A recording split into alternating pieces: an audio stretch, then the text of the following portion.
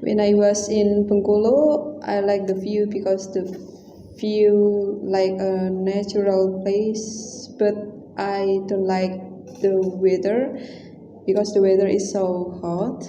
In Bengkulu, I met wild animal like a lion or monkey, tigers come to root.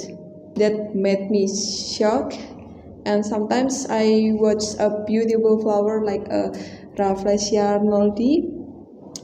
And in the Bengkulu, too many original food and taste is very salty. Maybe I suitable for me, but I like pempek in Bengkulu. The taste was good, like a pempek Palembang, and in here calamansi orange was the souvenir there.